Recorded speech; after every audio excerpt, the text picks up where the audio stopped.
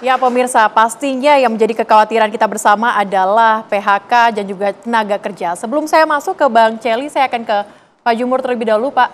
Kalau Anda melihatnya saat ini pasti ada kekhawatiran begitu di tenaga kerja. Pasti. Respon dari para tenaga kerja seperti apa, Pak? Pasti khawatir karena pasti demand permintaan teorinya berkurang kan. Oke. Nah, cuman begini, ini bisa kita ambil hikmahnya juga ya. Hikmahnya begini, dan kemarin sudah dibicarakan juga, kita bisa memperkokoh sistem domestik ekonomi kita, sirkular domestik ekonomi. Jadi uang tuh beredar di dalam negeri kita. Dan sebetulnya kalau itu kita dari jauh-jauh hari udah lakukan itu Bu ya, barang-barang kita utamanya harus dibeli oleh rakyat kita dulu gitu loh. Dan ini idenya bagus, misalnya memperkaya petani, nilai tukar petani ditinggiin Pak, jangan cuma 102, 103 terus. Kalau Thailand bisa 120, 140% nilai tukar petaninya, kenapa di kita kok di angka 105, 103, jadi petani nggak pernah punya duit gitu. Ada 130 juta orang di desa, kalau nilai tukar petani dengan menghajar rente-rente pedagang yang nggak puguh itu, Bulog serius kerjanya, ya itu petani kayak 10% aja. Wih, itu pabrik-pabrik buka lagi tuh, beli baju, beli sepatu, beli apa. Nah ini proses belajar di kita. Jadi serius domestic ekonomi ditumbuhkan. Yang kedua soal pasar tadi saya setuju memang ada diversion ya ke berbagai negara itu masih terbuka peluang. Saya rasa sebaiknya Presiden panggil semua dubes dan fungsi ekonomi di brief, buka pasar di mana-mana gitu ya untuk produk-produk itu. Nah yang terakhir nih yang karena harus cepat ya, itu juga pasar dalam negeri tadi Bu, saya kalau nggak salah sorry ya, kira-kira ilegal TPT itu sampai 30%. Oke. Import yang sangat mudah 40%. Jadi import safeguard kita yang paling rendah di ASEAN saja. Jadi kalau di sana syarat impor tuh ada 10 gitu, di kita mungkin cuma 4, cuma 5. Jadi mudah sekali masuk barang ini gitu. Sehingga ibu yang berproduksi habis sama impor, tambah yang ilegal. Nah kalau ilegal aja dihabisin ini, itu naik pasarnya 100% loh Bu. Jadi market share di kita yang ibu-ibu kerja ini cuma 30-40%. Begitu import yang 30% ditenggelamin yang nggak jelas orang-orang ini, langsung pasar tuh naik plus gitu. Nggak ada PHK, yang ada menyerap tenaga kerja. Jadi penegakan hukum di soal ilegal itu penting banget. Dan datanya ada kok. Okay. Tahun 2022-2023 dari China aja itu ada 59 triliun yang tidak bisa dipertanggungjawabkan antara data di Cina dengan data di Indonesia. Di sana ekspornya segini, kalau di sini diterima sekian. Nah, nanti kan itu ilegal. Nanti udah semua orang tahu lah, barangkali Ibu juga tahu.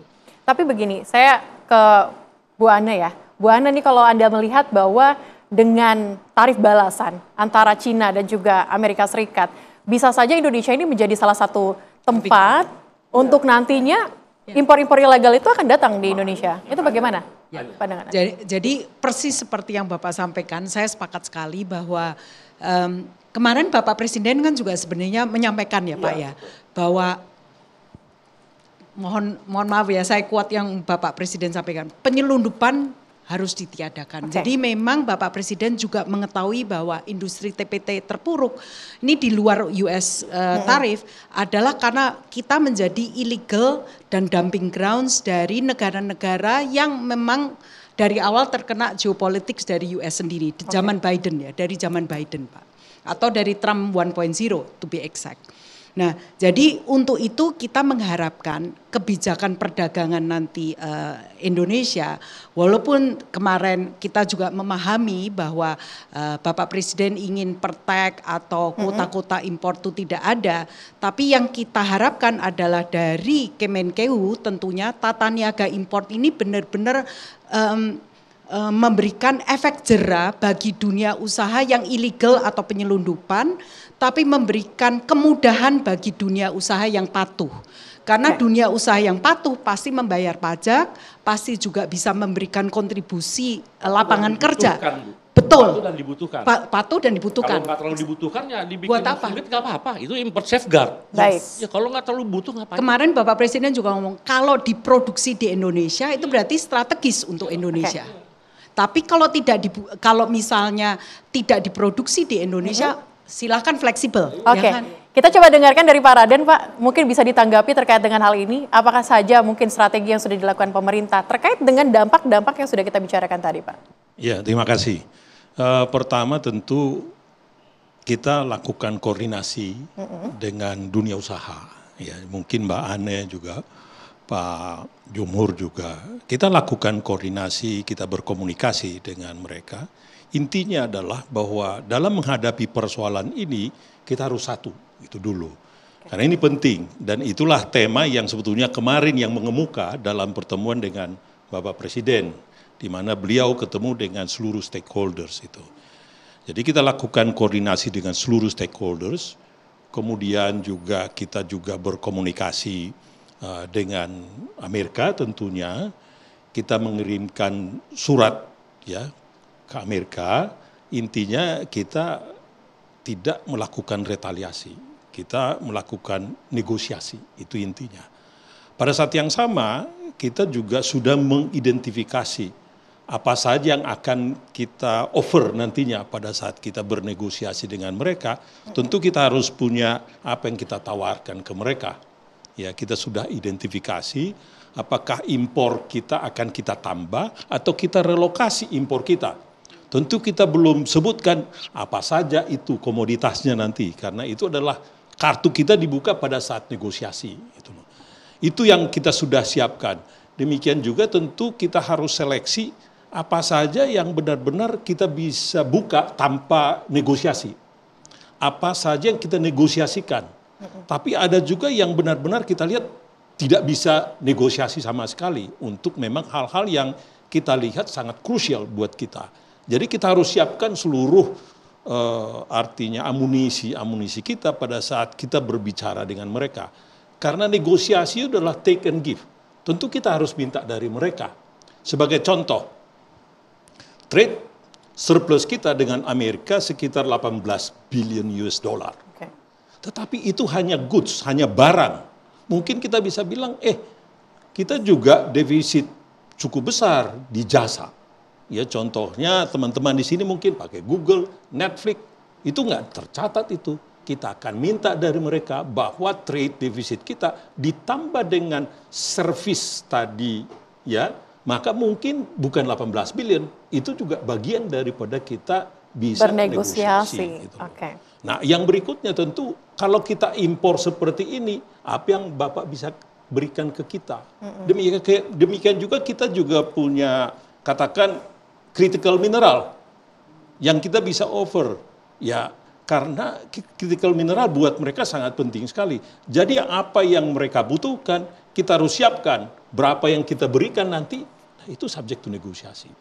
Pada saat yang sama, kita sudah siapkan itu sekarang, kita lakukan identifikasi dan analisa secara kuantitatif satu demi satu itu. Apa yang dikatakan tadi menjadi penting. Apa yang dikatakan oleh Pak Celi tadi, oleh Churchill itu, bahwa this is a good crisis. Kita harus melihat seperti itu. Don't waste a good crisis, katanya. Nah, ini adalah memang pada saat keadaan seperti ini, kita bisa melakukan seluruh reformasi dan deregulasi tadi. Dan utamanya bukan hanya di kebijakan. Kemarin sudah disepakati, kita harus mengawasi implementasinya. Jadi implementasinya itu sampai di bawah itu harus kita lakukan itu.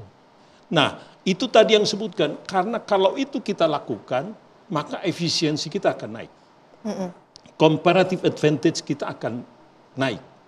Jadi kita jadi pada saat nanti keadaan sudah lebih normal lagi, kita jadi punya kesempatan yang dikatakan tadi, kita jadi punya kesempatan, punya daya saing yang lebih dibanding dengan banyak negara lain. Intinya ada peluang begitu ya Pak Raden? Kita banyak peluang ya.